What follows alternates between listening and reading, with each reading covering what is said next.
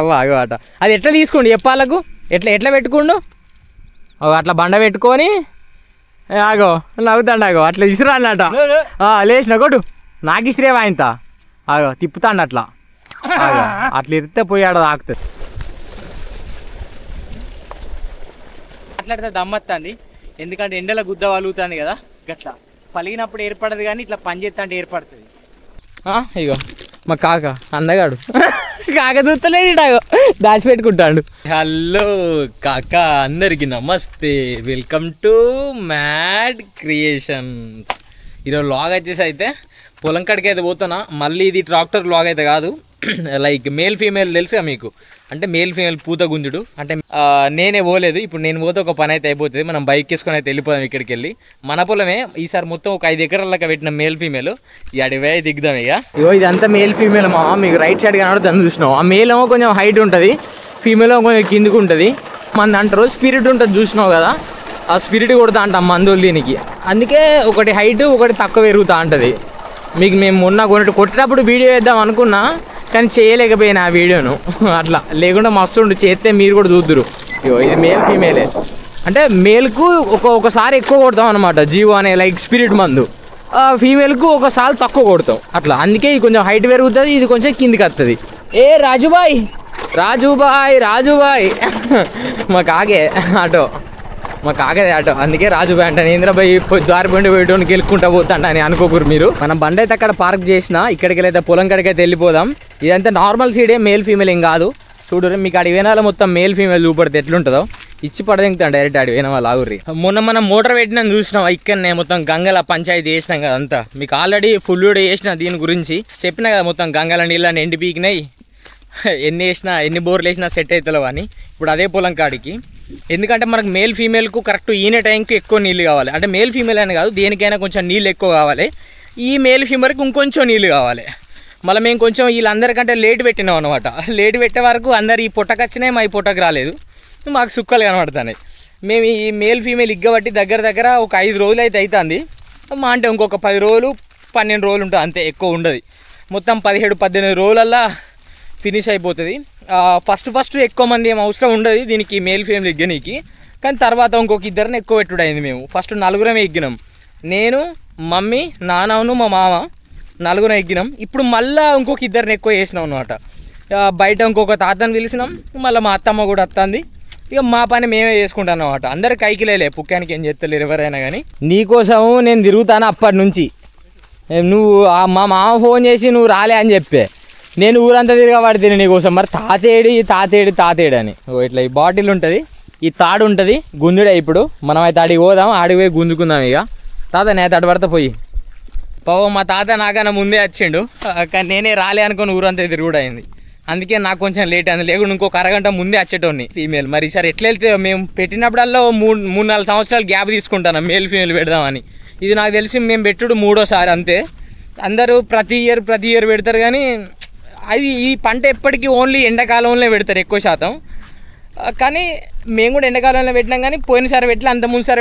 ముందుసారి పెట్టినాం మళ్ళీ ఏంటంటే దీనికి కొంచెం కష్టం ఉంటుంది మామ నాకు తెలిసి వీళ్ళు అంతా మిగులుతాయని చాలా అంటారు కానీ మాకంత పెద్దగా ఏం కనబడే అందుకే చెప్పలే మేల్ ఫీమేల్ ఇదే అని ఇది మేల్ కొంచెం హైట్ పెరిగింది ఈ హైట్ పెరగడానికి స్పిరిట్ కొట్టినాం దీనికి అందరు జీవో మందు అంటారు కానీ లవడా కాదు ఈ స్పిరిట్ అన్నమాట స్పిరిట్ ఎక్కువ కొడితే ఇది ఎక్కువ హైట్ పెరుగుతుంది దీనికి కొంచెం స్పిరిట్ తక్కువ కొడతాం ఇది తక్కువ హైట్ పెరుగుతుంది మళ్ళీ ఇదేంటంటే ఇప్పుడు ఈ మేల్ ఉంది కదా ఈ మేల్కి అంత కాస్ట్ ఉండదు పైసల పరంగా ఇది ఎట్లా సేమ్ దొడ్డట్ల లెక్క దీంట్లో ఉన్న పూత ఈ ఫీమేల్ మీద పడ్డప్పుడు అట్లయితే మనకు మిగతా తాడు పెట్టి గుంజుతాం మేము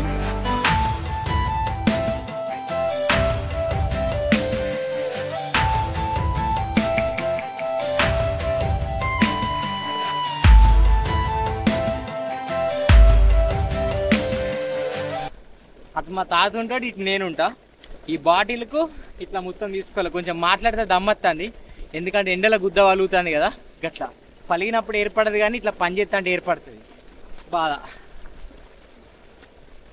ముఖం మీద చూసినావా చెమటలు మొత్తం గారిపీకుతాయి ఒక రౌండ్కే ఎవడన్నా బరువు తగ్గాలనుకున్నాడు ఈ పనికి వచ్చిండు అనుకో గుద్దలకు మొత్తం గుంజుకొస్తాయి డైరెక్ట్ కొడిసేపు అయితే కూర్చున్నాం ఒక 5 నిమిషాలు కూర్చొని మళ్ళీ స్టార్ట్ చేద్దాం పని. ఎందుకంటే రప ఎప్పటికినా కానీ అంత పూత రాదు.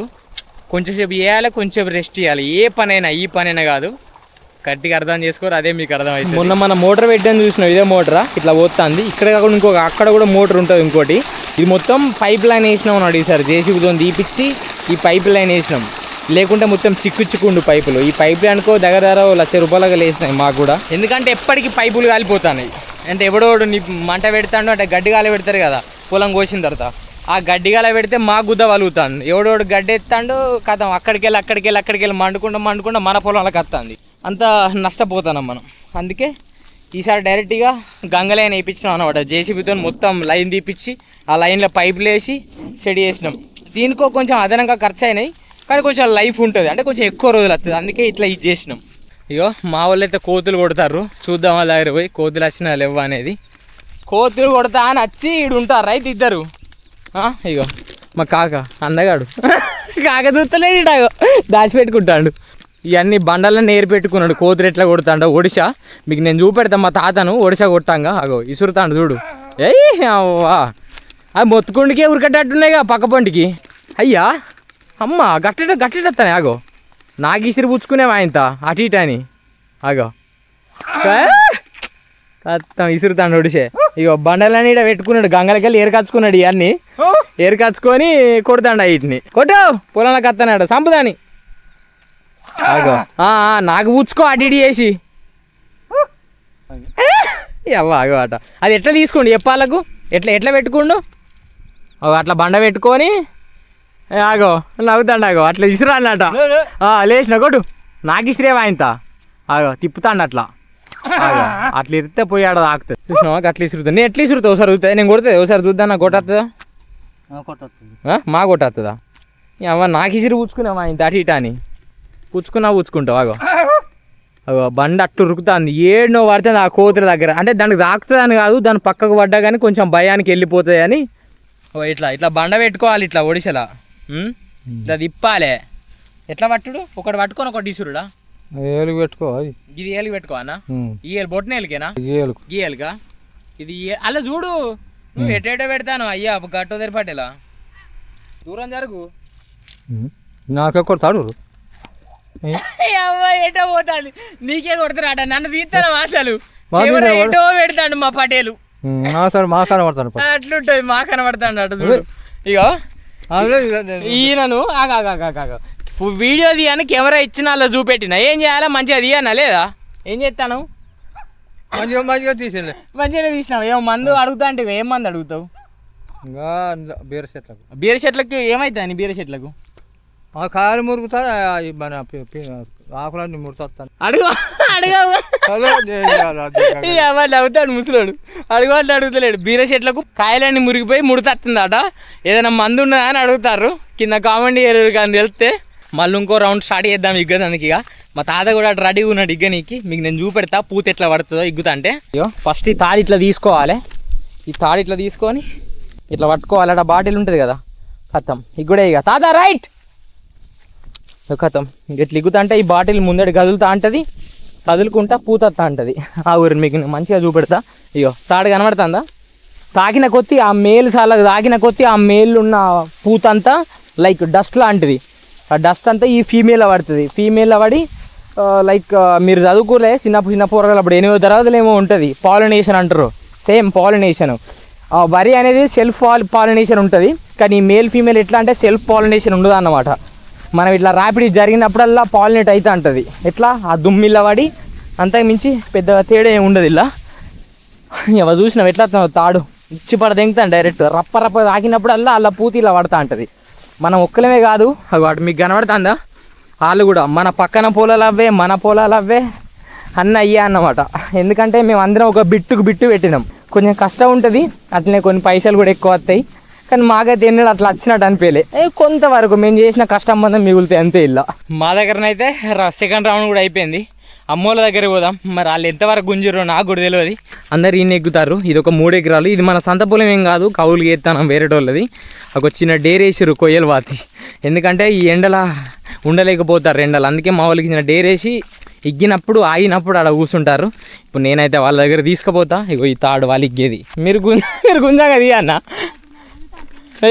పని చేస్తారని తెలివా నాన్న ఇప్పుడు అందరికి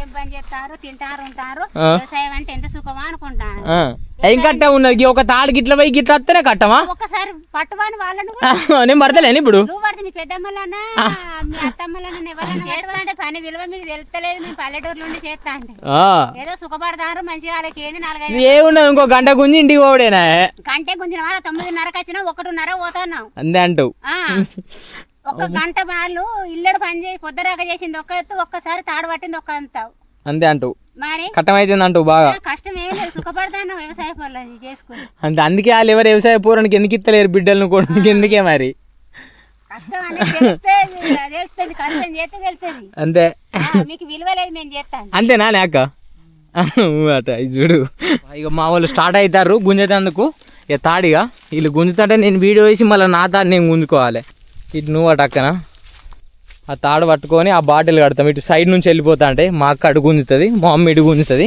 ఇక ఇట్లా తాడు గుంజుతా అంటే ఇలా పూతలు ఎత్తా ఉంటుంది ఈ తాడు పోయి ఆ మేలుకు జరిసినప్పుడు ఆ మేలు ఉన్న పూత ఫీమేల్ పడ్డప్పుడు పాలినేట్ అవుతుంది పాలినేట్ అయ్యి మనకు వడ్ల గింజలు అవుతాయి అన్నమాట ఇదే టైం మనం చేసుకునేది ఎంత మంచిగా గుంజితే అంత మంచిగా పూత వస్తుంది పూత వచ్చిన కొద్దీ పాలినేషన్ అయ్యి ఫ్లవరింగ్ ఎక్కువ అయితే మనకు గింజలు కూడా ఎక్కువ అవుతాయి ఈ మేల్కి అంత కాస్టే ఉండేది ఏం మొత్తం దొడ్డట్ల కిందకే పోతాయి ఆ ఫీమేల్ ఒకటే క్వింటల్కి ఒక 10,000 ఉంటాయి పూత వస్తుంది మీకు కనబడతలేదు కావచ్చు నాకు తెలిసి అగో మా అక్క అటు పోతుంది మా అమ్మ ఇటు పోతుంది పూత మస్తులు ఎత్తుంది మరి ఇక మనం కూడా పోయి గుంజుకుందాం ఇక మనకు కూడా టైం అవుతుంది ఇక మా అయ్యే చూసినట్టు దెంగులు దెంగుతుంది బాగా టైం అయితే అందరూ నువ్వేం బీక్తాను వీడు అంటాడు మనమైతే అడిగి పోదాం ఇక these times it feels like nobody's right, yeah. So I'ma figure out what else we succeed and then invest all of my time into that and proceed. I need whatever the hell can... పని అయితే మొత్తం అయిపోయింది మా ఇక పోయి మా తాత గడ్డి మోపు పోసిండు అది ఎత్తుకొని వీకాలే కథం ఇంతసేపు అమ్మలు తాగిన ఎందుకంటే కొంచెం ఎనర్జీ రాని కదా మీకు జిమ్ చేసేటోనికి ప్రోటీన్ డ్రింక్ ఎట్లనో మాకు అంబలు అట్లా అన్నమాట రాగి జావ కానీ అంబలు కానీ జర మంచిగా ఉంటుంది నాకైతే కొంచెం మంచిగా అనిపిస్తుంది ఎందుకంటే నేను ఒకప్పుడు సిటీలో ఉన్నప్పుడు ఎంత అలవాట్లు ఏం లేవు కానీ జస్ట్ ప్రజెంట్ అన్ని ఇచ్చి పాడు దెంగుడు అవుతుంది ఇచ్చి పాడు దెంగుడు ఇక రైట్ ఈ గడిమోపు ఎత్తుకొని అయితే దెంగేద్దాం ఇంటికి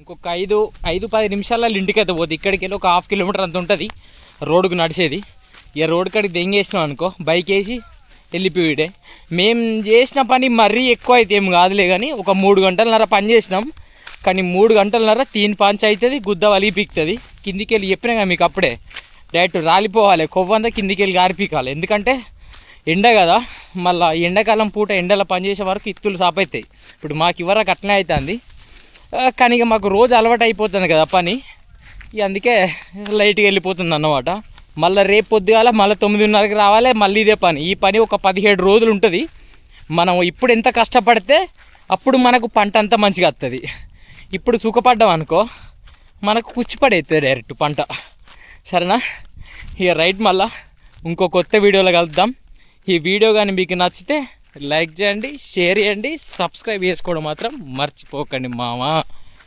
రైట్గా